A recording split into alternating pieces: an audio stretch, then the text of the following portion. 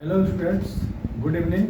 आज हम लोग चालू करेंगे कक्षा 10 के इतिहास का अध्याय 3, जिसका नाम है हिंद चीन में राष्ट्रवादी आंदोलन। हिंद चीन में राष्ट्रवादी आंदोलन। हिंद चीन में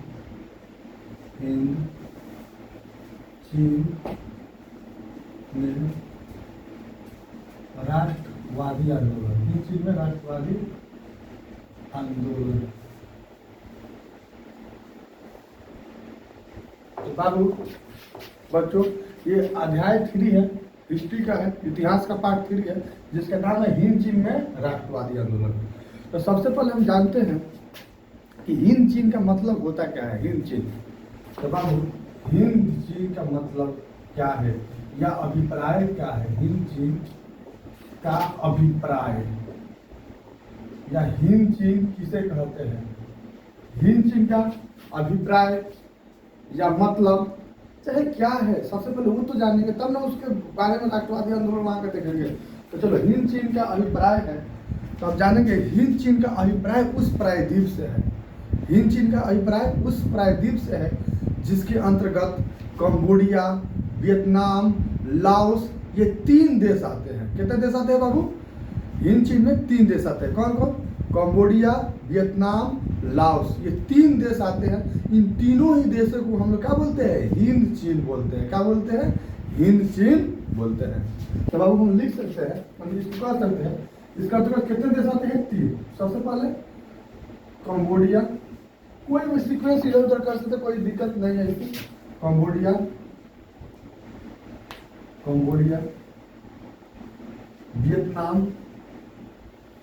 वियतनाम और तीसरा है लाओस। तीसरा कौन है बाबू? लाओस। देखो, अब ये 3 देश हिंद चीन के अंतर्गत आते हैं। कौन कौन देश? Cambodia, Vietnam, Laos. अगर इसके पूरे ये अगर हम जानते हैं कहाँ स्थित है, इसका स्थिति क्या है, तो बाबू अगर इसकी स्थिति का हम बात करें, ये देश सिचुएटेड कहाँ है, इसका स्थिति कहाँ है, इसका लोकेशन कहाँ है, तो बाबू ये दक्षिण पूर्व एशिया में स्थित है। दक्षिण पूर्व एशिया में ये देश स्थित है। कहाँ पर बाबू? दक्षिण पूर्व एशिया में ये देश स्थित है। दक्षिण पूर्व एशिया, दक्षिण पूर्व मतलब इंडिया है ना, जो इंडिया के दक्षिण में, दक्षिण पूर्व में है। मतलब इंडिया के भी दक्षिण पूर्व में है और एशिया के भी दक्षिण पूर्व में ये मतलब ये प्रायद्वीप फैला हुआ है। प्रायद्वीप का मतलब ये हिंद चीन क्या है? प्रायद्वीप है, जिसका अंतर्गत 3 देश आते हैं, कंबोडिया, वियतनाम, लाओस। अगर प्रायद्वीप के बारे में आप लोग जानते ही हैं, प्रायद्वीप क्या होता है? प्रायद्वीप का मतलब होता है वैसा क्षेत्र जो 3 तरफ से पानी से घिरा होता है। वैसा क्षेत्र जो 3 तरफ से पानी से घिरा होता है, उसे हम क्या बोलते हैं? प्रायद्वीप बोलते हैं। हिंद चीन भी आपके क्या है? एक प्रायद्वीप ही है, जिसके अंतर्गत कंबोडिया, वियतनाम, लाओस आते हैं। अगर इसके पूरे के क्षेत्रफल की बात करें, अगर इसके पूरे के क्षेत्रफल की बात करें तो इसका क्षेत्रफल जो है 3 लाख किलोमीटर स्क्वायर में फैला हुआ है। 3 लाख किलोमीटर स्क्वायर में फैला हुआ है। अब हिंद चीन का क्षेत्रफल कितना में है? 3 लाख किलोमीटर स्क्वायर में फैला हुआ। और हम बात करें अपने भारतीय राज्यों का, तो राजस्थान से भी ये जो हिंद चीन है ये छोटा है। राजस्थान का आप लोग क्षेत्रफल जानते हैं 3 लाख से ज्यादा है। राजस्थान से भी छोटा ये प्रायद्वीप है, जिसका अंतर्गत कंबोडिया, वियतनाम, लाओस, ये 3 देश आते हैं। अगर हम बात करें इसमें हमको सबसे ज्यादा वियतनाम के बारे में पढ़ना है। कंबोडिया में कुछ चीजें हैं पढ़ना है, जैसे कि यहाँ पे कंबोडिया की अगर बात करें, यहाँ से सबसे जो इम्पोर्टेंट चीजें हैं, एक आपका हिंदुओं का सबसे बड़ा मंदिर, हिंदुओं का सबसे बड़ा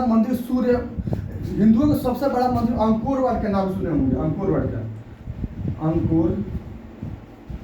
वाट, कंबोडिया की बात करें, अंकोर वाट का मंदिर। अब देखिए, सबसे ज्यादा अगर दुनिया में बात करें, अगर सबसे ज्यादा हिंदू कहाँ पे रहते हैं? भारत में रहते हैं। लेकिन हम बात करें हिंदुओं का सबसे बड़ा मंदिर है, तो वो भारत में नहीं है। हिंदुओं का सबसे बड़ा मंदिर जो है अंकोर वाट का मंदिर है, जो कहाँ पे है? कंबोडिया में है। कहाँ पे है? कंबोडिया में है। और इस मंदिर का जो निर्माण करवाए थे वो सूर्य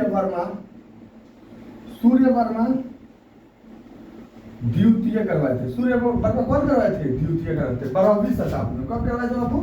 12वीं शताब्दी में करवाए थे। कब करवाए थे? सूर्य वर्मा द्वितीय 12वीं शताब्दी में अंगोर वाट का मंदिर का निर्माण करवाए थे। ठीक है,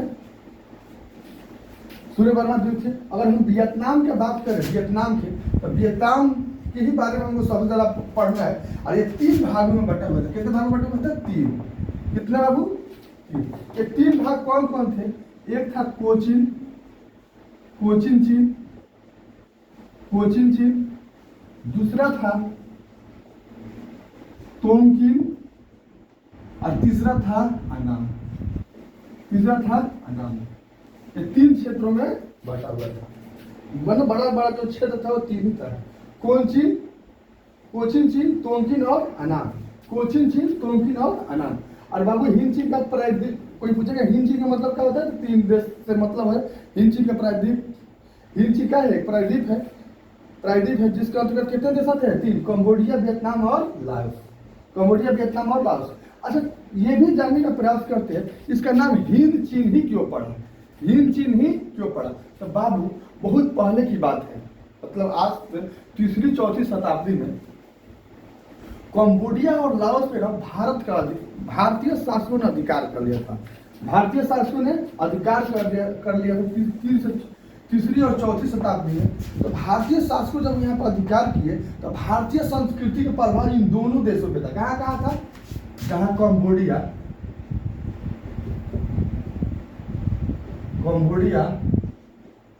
और लाओस, कंबोडिया और लाओस है जहाँ भारत के संस्कृति का प्रभाव था। किसके संस्कृति का? भारत।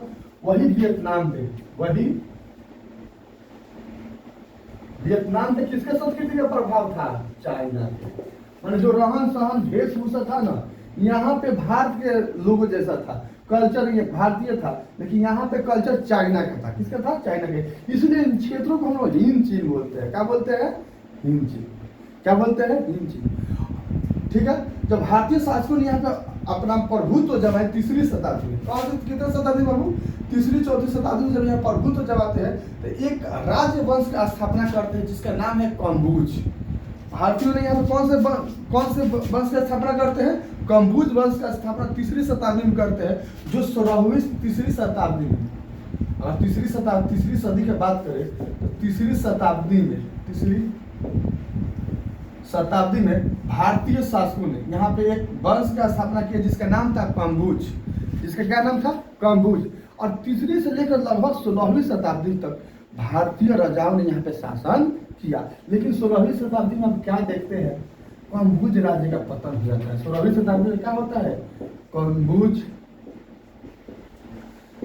16वीं शताब्दी में कंबुज क्या हो जाता है? पतन। कंबुज राज्य क्या होता है? पतन। और पतन के बाद वहाँ पे आंतरिक संघर्ष चालू होता है। आंतरिक संघर्ष मतलब वही लड़ाई, सिविल वॉर जिसे गृह युद्ध वगैरह कहते हैं। थोड़ा थोड़ा आंतरिक संघर्ष चालू हो जाता है। और आंतरिक संघर्ष चालू होता है तो बहुत सारे यहाँ पे यूरोपीय लोग आ जाते हैं। बहुत सारे यूरोपीय लोग व्यापार करने के लिए आ जाते हैं। सबसे पहले पुर्तगाली आते हैं, फिर डच आते हैं, फिर इंग्लैंड आते हैं, फ्रांसीसी।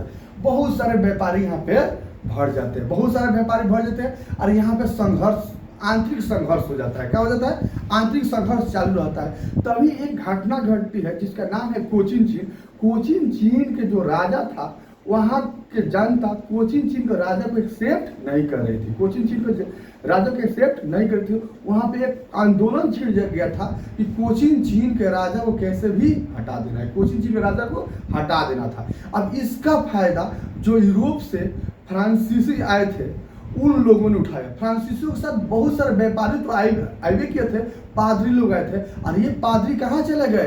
कोचिन चीन के राजा के पास चले गए। वो ऐसे मौका का तलाश चाहते थे जैसा मौका उनको मिल गया। अब कोचिन चीन के जब राजा के पास गए तो उन्होंने कहा है कि आपको तो अब गद्दी छोड़ना पड़ेगा। गद्दी तो छोड़ना पड़ेगा क्योंकि आपके राज्य के जनता और सेना दोनों क्या कर रही है? आपको हटाना चाहती है। तो कोचिन चीन के जो राजा था कहा कि हाँ मुझे गद्दी तो छोड़ना है। तब फ्रांस से जो पादरी आए हुए तो वो बोले थे कि एक उपाय है मेरे पास जिसके वजह से आपको गद्दी नहीं छोड़ना पड़ेगा, आप ही राजा रहिएगा।